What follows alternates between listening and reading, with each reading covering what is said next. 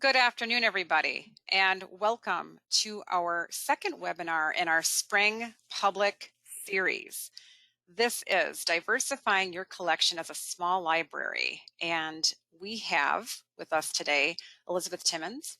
Elizabeth is the director at the Mule Public Library located in Seymour.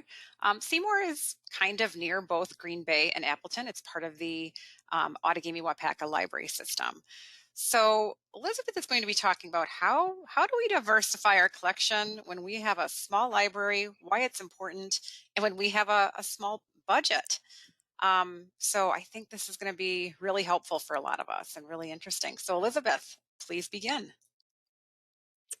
All right. Well, thanks, Jamie, for the introduction. And I am in Home of the Hamburger. Just have to mention that, as I am almost like a Chamber of Commerce over here also. So welcome, everyone. I'm so glad that you were able to be here and spend an hour of your precious time with me.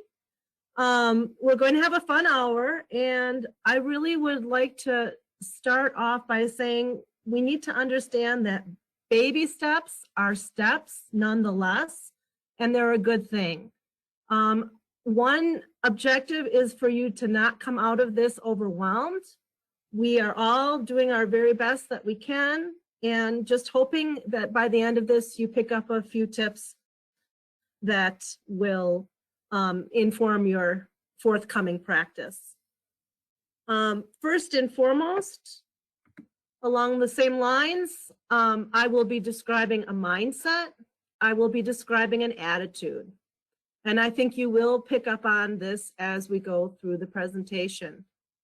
So some terrific questions to ponder are, how can I cultivate this thought process in myself? And how can I cultivate this thought process in my library?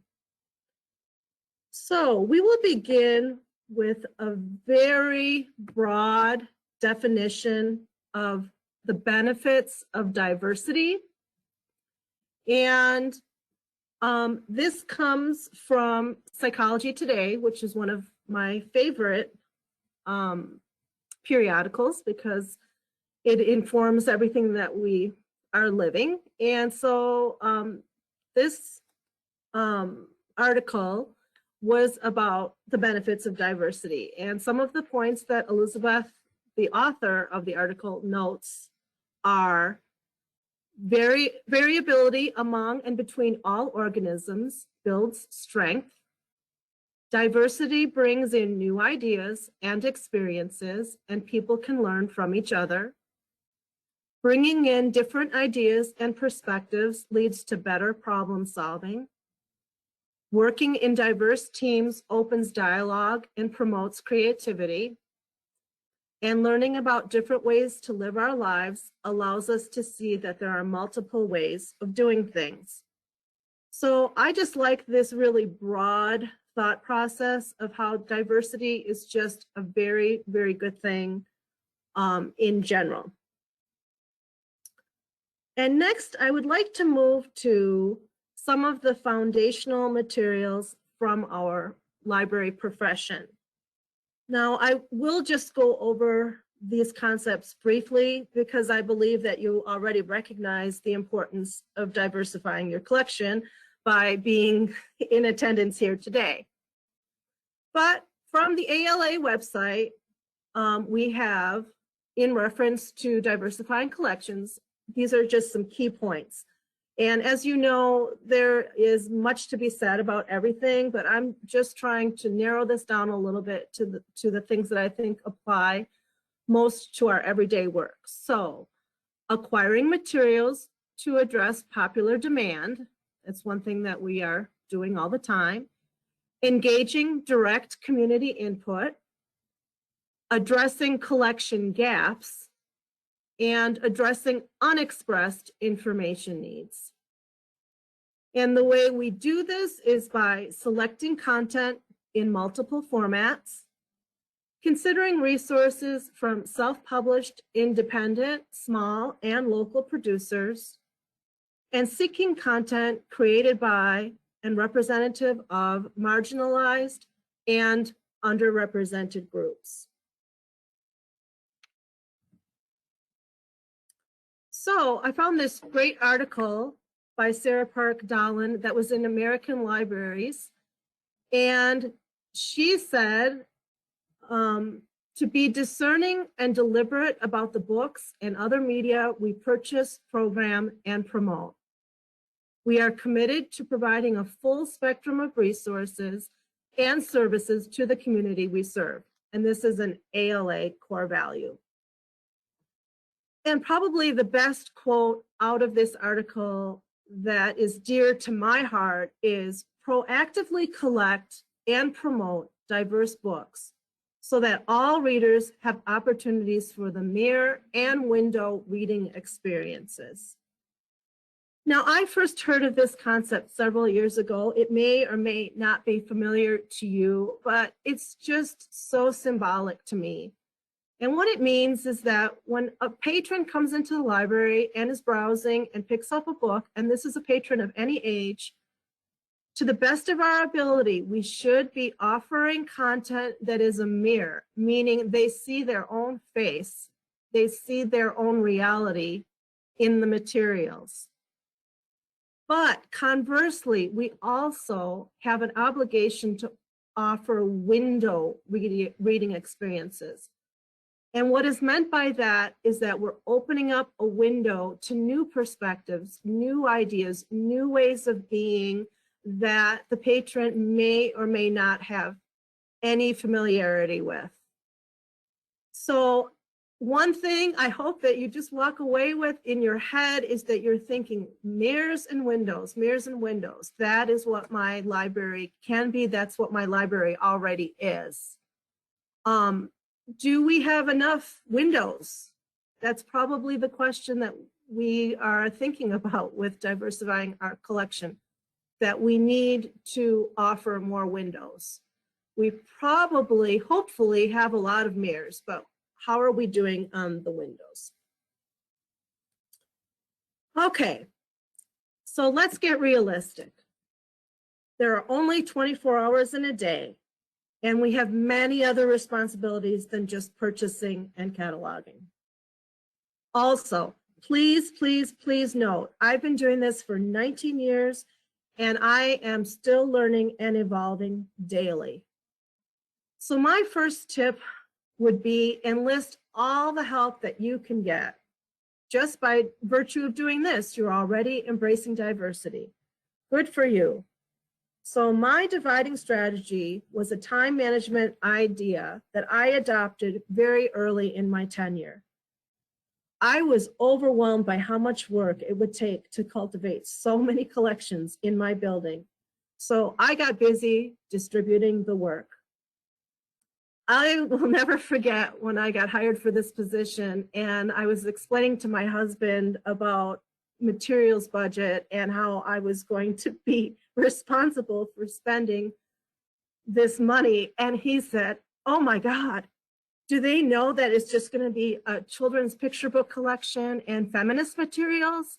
Do they know what they've gotten into? And so we had a good laugh about it, but it was actually quite accurate. I mean, if I was just in charge of the budget, that is probably exactly what would happen.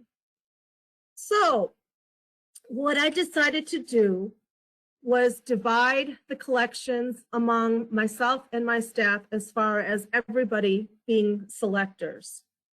Now, we can talk more about this in Q&A, but the staff love this responsibility. However, they are not the quote qualified librarians that you would meet in a large library. So at the risk of being an unprofessional librarian, I still adopted this model and I have stuck with it. So in the upper left-hand corner, we have Leslie, and she is the selector for all of the adult fiction in the library, including partially large print. In the lower left-hand corner, we have Colette Bazzaio. Oh, sorry, I didn't say Leslie's last name. Leslie Hansetter, Colette Bazzaio. Colette is in charge of purchasing all of the media in our building. And there she is with a bat. Yes, that is a bat that is sitting close to her shoulder there.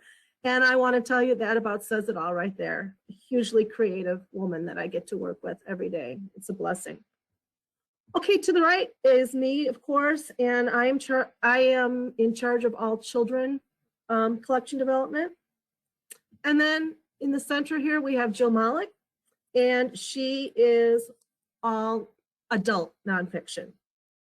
And Jill just retired last December, and I got creative and said, is there a possibility that you would consult for us on purchase of adult nonfiction? Because she's done such an excellent job, and I just was really frightened of losing that talent, and also truthfully did not want another additional burden of work. So she agreed, and it's just been marvelous. She stops in once a week for about an hour, and she still continues to read the reviews, to keep track of what's going on with nonfiction, and she purchases it for us. And that might be a little unorthodox, but if you're in a small library, and I know you are, we do a lot of unorthodox things out here in our small library land. Maybe that will also come up in Q&A. I hope it does. Okay, swerving a little bit. On Sunday, June 28th, 2020, we had an Eyes Open Seymour event. And all credit for this event goes to the Jefferson family who planned the event. And wonderfully, you can see over here, we had police presence at this also in a positive way. So what it was a walk whereby we had stops and we learned examples of racism within different institutions. We were invited to culminate at the library, which was simply amazing. So this is my library's backyard that you are seeing right here. It was a beautiful, magical summer evening. And I actually feel like this is a highlight of my career here. I was so happy that we could sit together in the backyard, masked, and discuss these issues. And when it was my turn to speak, I emphasized that our library staff is homogeneous, and that our selectors are middle-aged, middle-class white women. I appealed to the crowd to tell us what they needed, and that we would certainly purchase it at the library as it is a community library. And at the event, I had a display of diverse books for people to get a taste of what I was talking about, and that's up here in the upper left-hand corner. And the two youth that led the event are Helena and Tony that you see kind of flanking me here. And so they were, I hope I'm pronouncing this correctly, and I don't know if there is a pronunciation for this, but I just say BIAC. So Black Indigenous Youth of Color is the acronym, and they were BIAC. So that was just an amazing thing. Well, around that time, we were simply inundated with reading lists about white privilege by educators in our community. It was so great because they were busy reading these books due to having additional reading time in the summer. I was purchasing books as fast as I could, and so was Jill. Those books, I'm happy to say, are still going out on pick lists. So current events themselves generated high interest in diverse books within the last year, as all of you are well aware. I bring special needs or projects to the Friends of the Library for funding, and we have an ongoing dialogue. Pictured here are my treasurer, Deanna DeBrun, the current vice president, Anne-Marie Carwick, the current president, Ian Simpson, and the current secretary, Chris Peters. And this is something I want to say again, has been a relationship building progress over time. So if you don't have a friends group, it's not something that you can, just decide. Well, you can, of course, decide that you want to have a friends group. Don't get me wrong. but it doesn't come like overnight. This again is symbolic of years and years of work and effort with grooming and encouraging and nurturing this group of people to support the library. But when I did come to the library, I did realize that all of my plans for doing things here would involve additional funding besides the budget. And I knew that that was the role of a friends group to augment what you're doing. And so I went at this pretty full force, and I'm really proud of our friends and what they are able to do for us. So I will come to the friends group and I will say, I'm interested in purchasing this for the library and give my reasons why, and then they will fund it, and it's great. We have a lot of ongoing dialogue, as I mentioned. Due to COVID, we have been meeting virtually. So our group is actually probably at every meeting is the group that you do see right here in this slide, and me, and sometimes an additional guest or two. The reason I have this picture over here of this book about catastrophic problems or something, I can't see it because, oh yeah, I could probably, I'm talking to myself now, I'm gonna move something. Oh yes, okay, I can move that. Okay, so anyway, Chris Peters, the secretary here, she just emailed me a couple of weeks ago and said, hey, are you familiar with this book series called Very Short Introduction To? And I said, no, tell me more. And basically, they are published by Oxford University Press, and they are a small pocket-sized guide to different subjects. And they're very reasonably priced. They're only around $11 a piece. And what you actually have in your hands is basically a college course on the topic. And I was so fired up about this. I put one on hold and checked it out to myself. I'm reading about love right now. It's very, very good. And we are just going to move forward by purchasing a few a year as they are published. I kind of had to chuckle because I did have a relationship with Oxford University Press in the past, and they were tenacious. And I kind of broke it off with them because they were constantly calling and emailing and pushing and pushing. And so I was a little bit nervous about reigniting that fire, but so far so good. No big problems, no big pushing, no big sales pushes. But I tell this story to show you that I'm always in conversation with what people are interested in, and that is how we get some really exciting, diverse things. Oops, but now when I move that, let's go to, okay, I think this should work. Oops, okay. My slides are not moving now, so I go. Okay. I don't do a lot of webinars, people. I am enjoying this. I do have little stuffed animals in front of me to help me feel better because I can't see your beautiful faces. You're doing great. So, okay, thank you. Continuing on. Going great.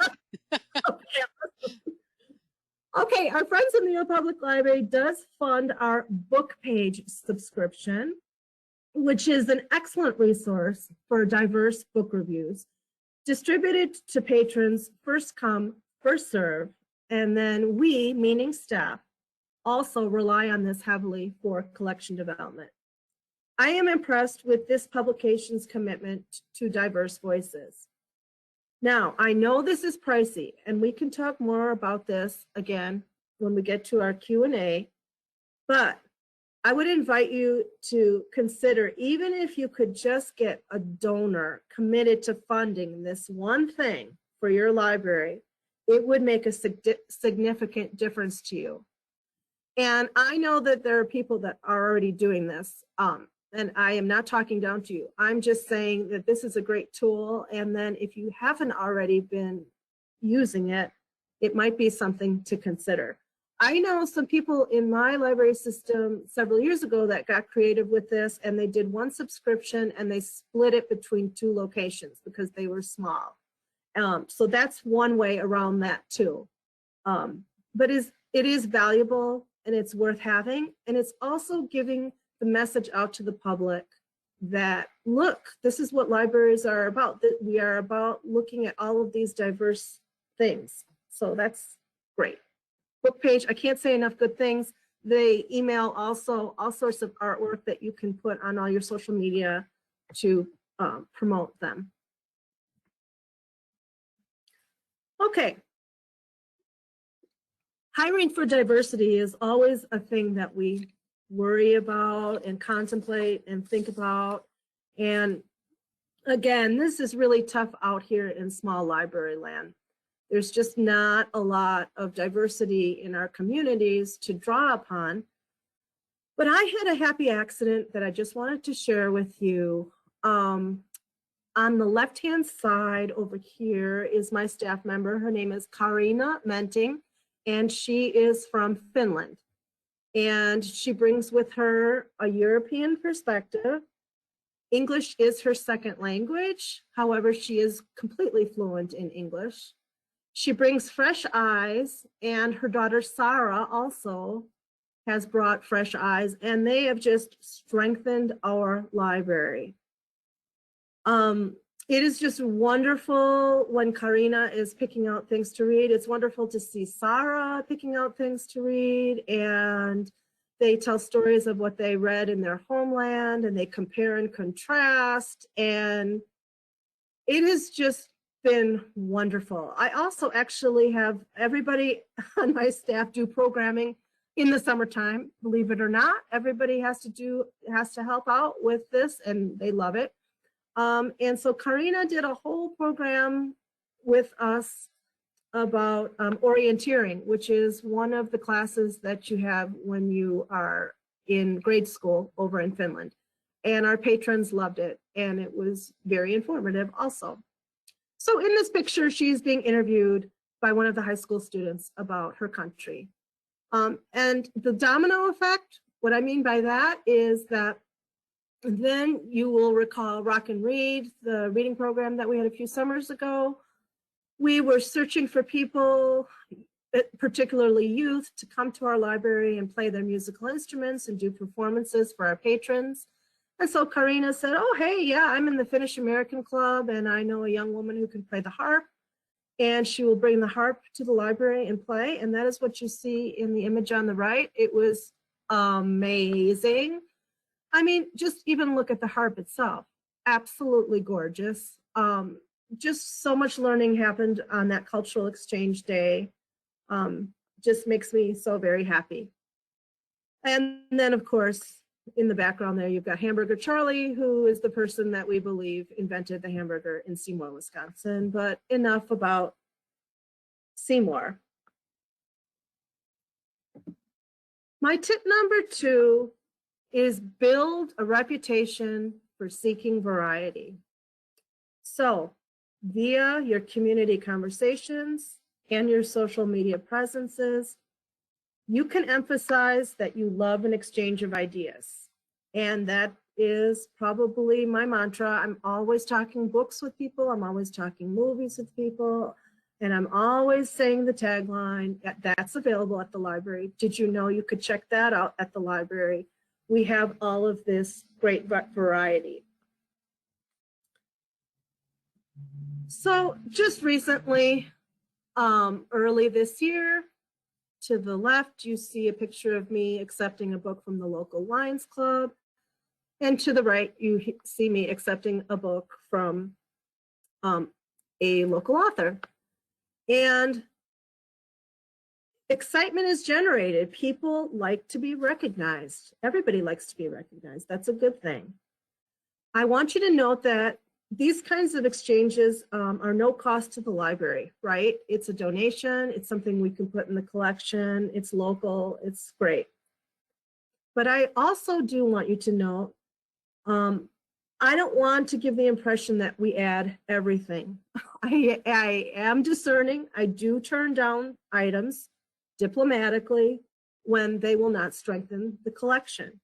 But in general, I have an open attitude, as I said at the beginning, an open mindset. So I'm open to just about everything.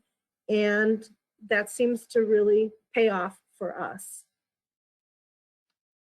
The next slide is just a shot from our website from last summer about self-improvement literature. The Impact Blueprint is by Joe Schmidt, who was born and raised in Seymour, currently lives in Minnesota. It's actually a follow-up book to another book that he wrote that is also about attitude, positive attitude.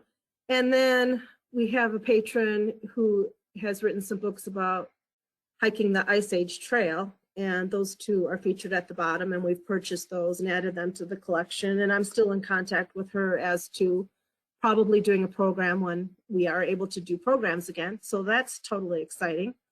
But I do make it a habit to praise and support local talent. And this is very deliberate because I believe your encouragement reaches far and close.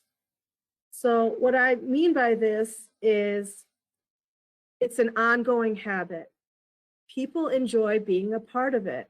And my point is that everyone can participate in this mission of literacy. So while I'm role modeling an appreciation for local talent, when I, as a leader, promote appreciation for wider diverse materials, I'm trusted and patrons are willing to take a chance on something brand new to them. So it's just like growing this love of diversity. That's kind of the way I would put it. That's what I'm doing.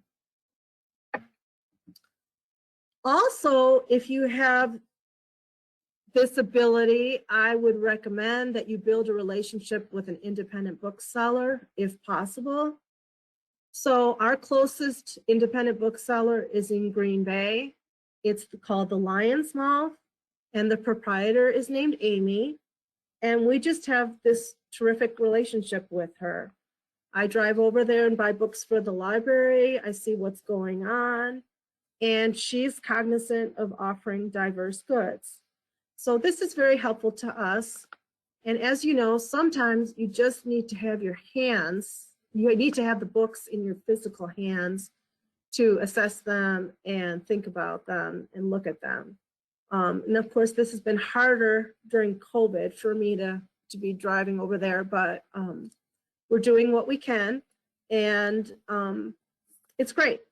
Reminder, I've been doing this job for 19 years. All of these ideas have been built over time. Okay, tip number 3, use your request for purchase form widely and often. And again, I don't want to be talking down to you. You probably have one of these, but if you don't, this would be just like the easiest thing, I think, for you to get started on this journey. So our form is in the shape of a bookmark, because when we're talking to patrons and they're talking with us and they say, hey, did you hear about, or can you purchase this? We just hand them this very simple form, throw it in their materials and say, please fill this out, get it back to us. And then we put it on the pile of the person who's the selector of that area.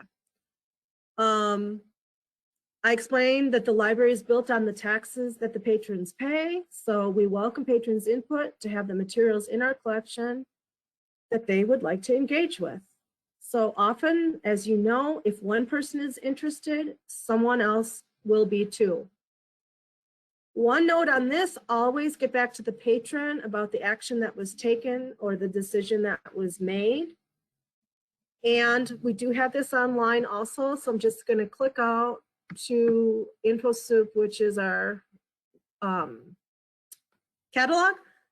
And in this form online, it's the same as the paper form that you just saw. People can just fill out their library, what they're interested in requesting, their library card number, etc. As much information as possible. They submit the request. I get this to the corporate email account and I open those up, and they're really fun. And I reply in a timely manner and let them know what's going on with that idea. So this is great. I was just going to say, does anybody have any questions about that? And that would be silly because, hello, I'm just doing the talking right now. Okay. But we love requests for purchase. It just strengthens everything. Along with that, tip 3.5, listen to everyone, it pays off. So I have a couple of examples about this. I was getting my hair cut and my beautician, Tanya, said, hey, do you know about this new book about the reformatory in Green Bay? It's by Joe Vertigan. And I said, no, I don't. Tell me more about it. And so very high local interest, obviously, purchased it immediately when I got back to the library, and it hasn't been back here since.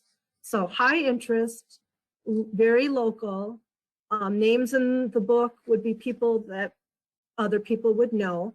So that's the kind of thing where again, the open mindset, you know, the ideas are coming from everywhere.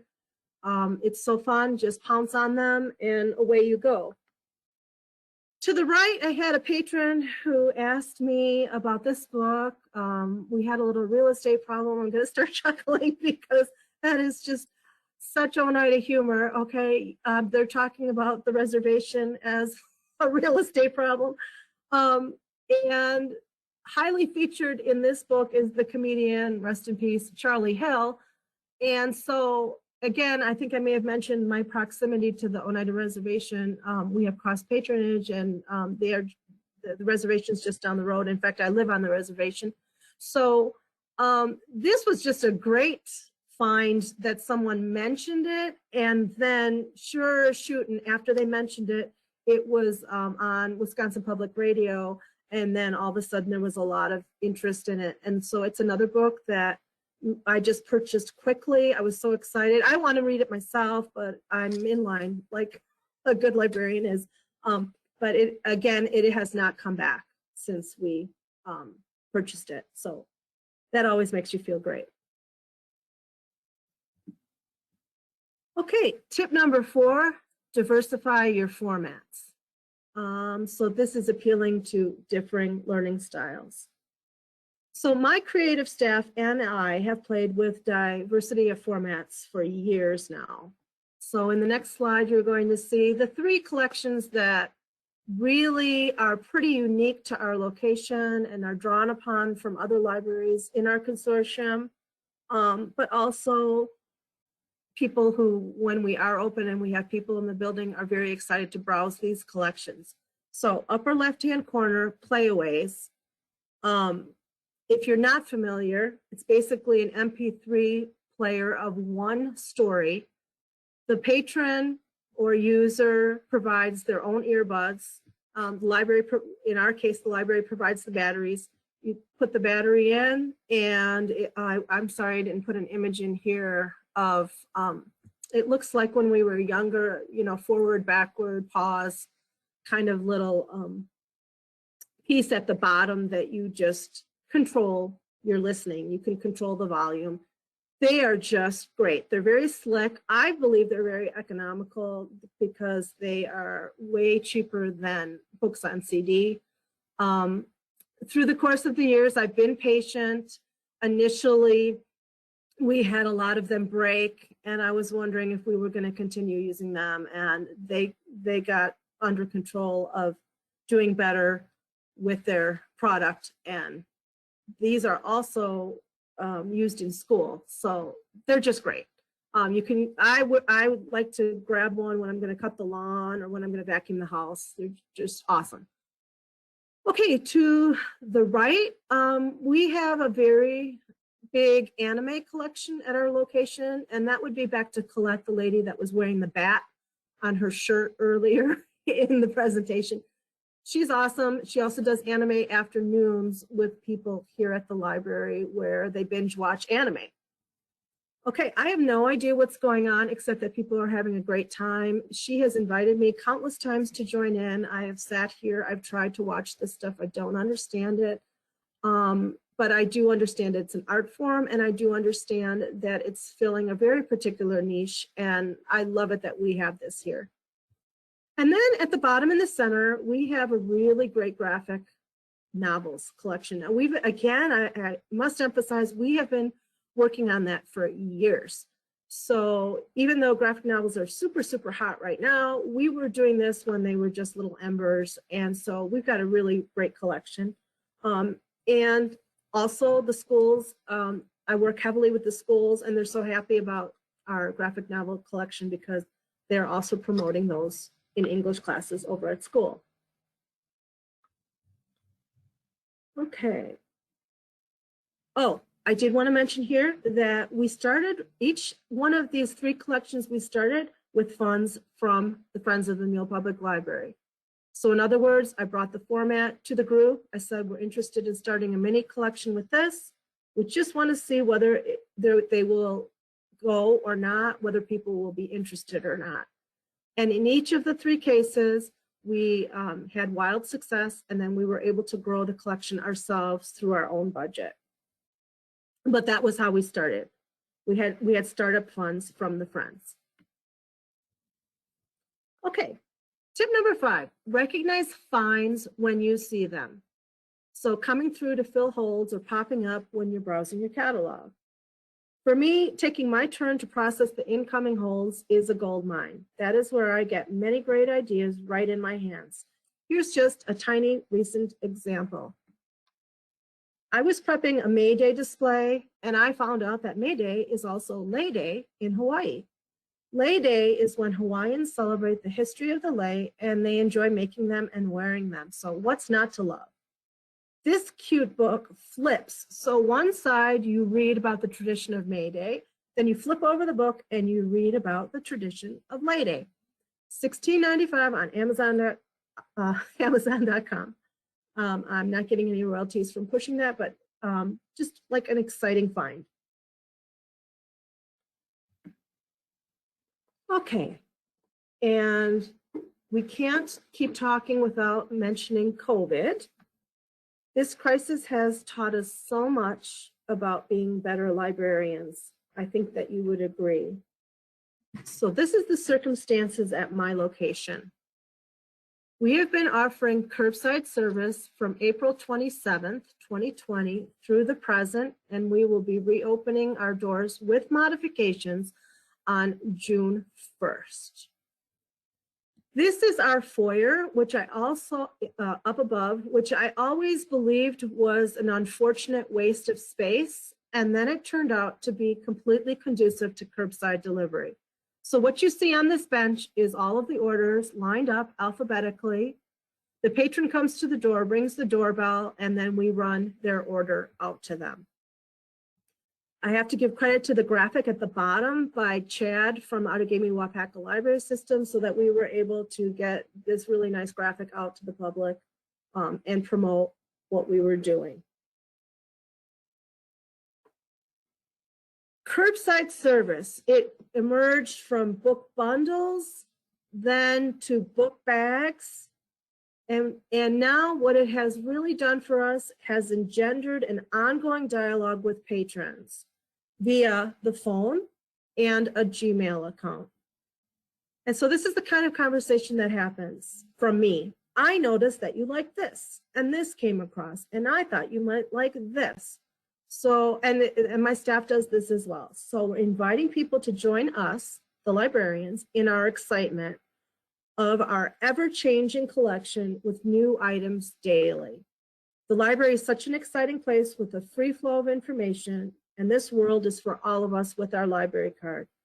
Libraries are deliberately inclusive by their very definition. So without entry to the building, our challenge was to get materials into patrons' hands that would fit their needs. This is when the interview became critical. Our interviews with people had to be very detailed to get to the precise information of what they were really seeking. I was also so tickled that when there was no delivery for 2 months, we could only serve with what we had in-house. We introduced patrons to what I call the deep file. We have wonderful books that people who only browsed new items never even knew we had. And I have had countless patrons say to me, I would never have found that author or learned of that author if it hadn't been for COVID, which was really a testament. I wanted to quickly mention that my building is 6,688 square feet currently.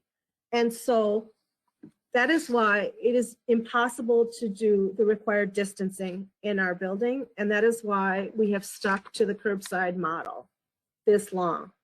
And right now, as many of you probably are, we're just watching vaccination rates and hoping that our announced move to open June 1st will, with modifications, like I said, will be appropriate.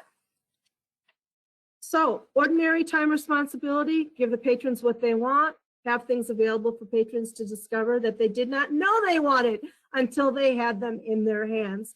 We had to kind of spin that on its head for this new reality. Tip number 6, follow authors on Amazon. You will be notified when they have new works. This can turn out to be very handy. So just this week, I ordered two picture books, and the authors are to the right. So I clicked and followed them, and then I will be getting notices on when they publish something new. Now, truthfully, be careful with this, okay? This can be overwhelming, and sometimes it is, because you know how Amazon is. However, it keeps me in the know.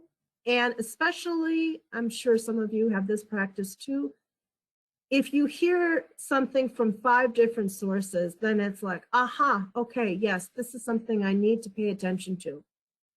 So with these notices, I kind of take them in and think, I wonder, you know, am I going to hear about this title again somewhere else?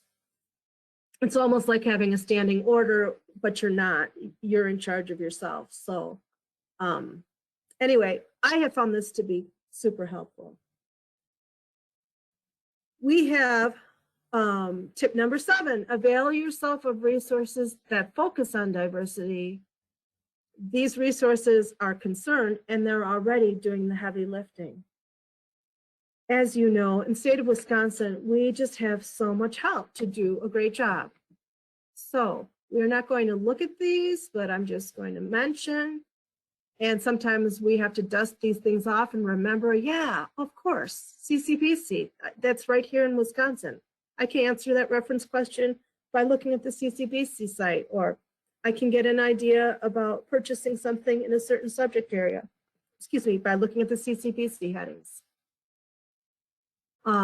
Also, teachingbooks.net is amazing, and they have really upped their game. The other day I was helping a patron that wanted to know if a certain book, did I think it would be appropriate for a 2nd grader? I said, I really don't know. Let me go to teachingbooks.net. And they just had not only the reading level and some comments about content, but they also had comments about whether a child would be able to understand the history that was within this book, and how it was very specific to a time period, and that's not the way things are these days. So we just had a great conversation about, oh, well, maybe the reading level is not high enough of this child to ask and comprehend these kinds of questions. But anyway, I gave her all the stuff from teachingbooks.net, and it was up to her to go from there. It was just super. And then, of course, all of us really like to have good reads. I don't have enough time to do the reading that I love to do, but I do curate my reading on Goodreads. And I swear, since COVID has happened, I don't know how many times I have checked out a book from the library, went home, looked it up on Goodreads, and realized I had already read it. So that's what happens with your COVID brain. But yeah, Goodreads is similar in the fact that you can follow people, authors, and people who read the similar things to you. And there's a lot going on out there. I know I've only scratched the surface of what I can do with that. But it's another recommendation to you. Just check out Goodreads once in a while. It's fantastic. Okay, so there is a lot of help. Let's move to this image, this infographic that was produced by CCBC about the books published in 2018, children's books. So they looked at 3,134 books that you can see listed here at the bottom, that number. And then they broke it out to what kind of characters were being depicted in those books. And as you can see, 50% of the mares were not the mayors, 50% of the books were white, but 50% of our population is not white. So this is not good. 27% of the books, again, 2018, were animals or other. You might ask what other is. I looked into that, and other is inanimate objects such as trucks, for example. 10% of the books had depicted African Americans, 7% had Asian Pacific Islanders, 5% Latinx, and then only 1% was First Nations. So we have a lot of work to do.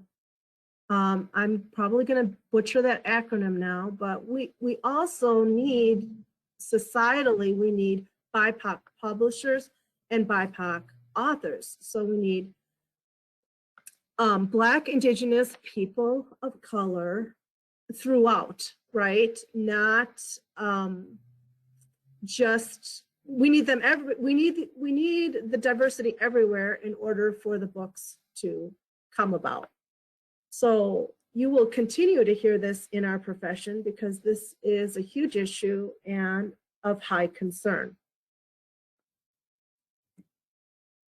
I'm currently participating in Project Ready, and if that ever comes around again for you and you have the time, it is intense, it's very intense, but it's just mind-blowing, and I'm learning so much. And we are specifically talking about diverse youth.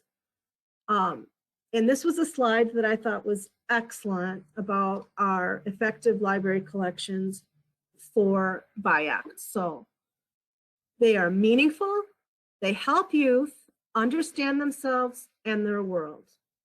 They're reflective. They positively and accurately represent BIAC. All children and teens can see themselves in the collection.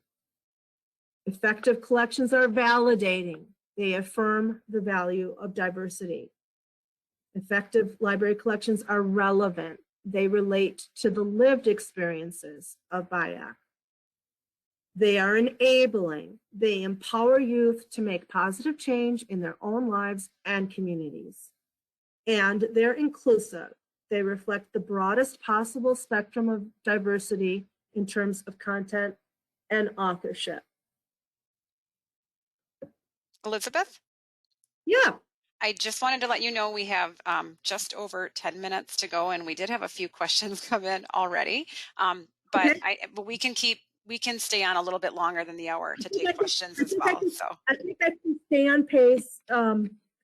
Yes, thank you. just wanted to let you know. I love you so much because I thought I didn't have enough. Okay, here we go. You have plenty, and this is great material. Okay, thank you. Number 8, use a subscription service. I learned this brilliant idea from a youth services meeting. So I signed up for Uppercase. This is just a little funny here. I, in preparation for this presentation, realized we haven't had an Uppercase delivery since COVID started. So I need to re-up or find another subscription service. But this is another way to diversify, is if you do a little bit of subscribing services on the side. They're generally pretty inexpensive and you get a new thought. Tip number 9, use the YALSA Teens Top 10 or 25 lists for ordering. I learned this from my intern in 2012. So I did not feel I was doing justice to the young adult area until I had my teen services intern, and her name was Jenna Goodall, and she introduced me to these lists from ALA. There are a ton of ideas here. I'm just going to quickly go out there so you, oh, I'm not going to go out there. Okay, never mind. It doesn't like that. Okay, so, okay, let me go from credit side. Okay, all right. Anyway, if you go out to YALSA, you can see all of the lists, and they're fantastic and they're chronological. Little caveat with this. I learned very quickly, as you know, young adults love to read series. So be careful what you're doing. If you're a stickler like me for complete series, you want to know, is this book that I'm looking at, is it in a series? Do I want to go ahead and purchase the whole series, or how am I going to go about the series question? I'll leave it at that. Okay, speaking of Jenna, she is now Jenna Friebel, and she's a huge success story in Illinois. She's a collections manager at the Oak Park Library in Illinois. As I was prepping for this, I realized that she has a blog called Reading While White, which I was so excited because I'm so proud of her always. And she wrote an article about the benefits of diversity audits, which I confess I have yet to do at my location. But here were some of her thoughts. After you perform one, what can the librarians do after? How can we create goals to be more expansive and inclusive as we move forward? How do we recognize the usefulness of the statistics while also holding on to the importance of the stories and the qualitative information behind the numbers? And how can we calculate and use data while acknowledging that a quantity over quality mindset is actually rooted in our white supremacy culture? I think these are really good questions. You're going to see the word diversity audit a lot. Jenna did also recommend Dr. Debbie Reese. She's got a great blog spot. It's very helpful and informative. I'm not going to try to click on this because that doesn't seem to be working. But whenever you see anything with Debbie Reese, go for it. If I did click on here, what you would do is you would click the best books tab. And again, you would have a list of the top books about First Nations published in this year and then years previous. It's a great thing to have for collection development, just to kind of browse around and see what's going on out there. But I do agree with Jenna that we need actionable items beyond the actual tool. I mean, what's the use of the tool and having a little report if you're not going to take some action on that? There are services emerging. I do believe that they have price tags on them. Again, I repeat, I have not done this yet at my location, but I do want to get on this actually as soon as tomorrow, talking with my director of my library system about it. Okay, but our own state of Wisconsin has an inclusive tool that is called the Inclusive Services Assessment and Guide for Wisconsin Public Libraries. So we'll quickly look at 2 pages about collections. And I was going to read this out to you, but I'm not. So anyway, there's some really great things on here. I did want to point out, it's just 2 pages. And what you do is you kind of read it. You say yes, no, in progress, or not applicable at my location. So here is, in a nutshell, here is your diversity audit. Very, very simple to do. Great questions on here. I did want to define one of the questions that you might not understand. Number 22, it says, does the library's collection development policy allow for the repurchase of items that have higher rates of disappearance? And you might say, what are they talking about? Well, they're actually talking about people who might possibly come in your building and censor for you. They might not like things you have and they might take them away. I've had this happen a couple of times. I'm not going to go into it. It's just interesting. And our process is that we do repurchase. Okay. Jamie brought to light a really great grant opportunity, an Africa grant. And I'm just hoping, Jamie, we can some way send links or something afterwards. And then this just came across my desk. I don't know why I have 2 links in this slide. It's hilarious. And since no links are working, that's silly. But anyway, Debbie Reese, she's right at the top here. She's the 3rd speaker down. This will be May 25th and May 26th, online, free, Indigenous Voices, Authentic Children's Literature in the Classroom and Library. I can't wait to participate in this. This looks phenomenal. Okay. One of you out there is going to win this picture book. Jamie will do a drawing of one of you lucky winners, and I will get in touch with you and send it to your location. Eyes that kiss in the corners, fabulous. And here's my contact information. You can get back to me about anything. Thanks for listening. Thanks for being my colleagues. 5 minutes for Q&A. Jamie, go. Awesome. We can, and as I said, we can take a few minutes more if we need to. So okay. Thank you for all of that information.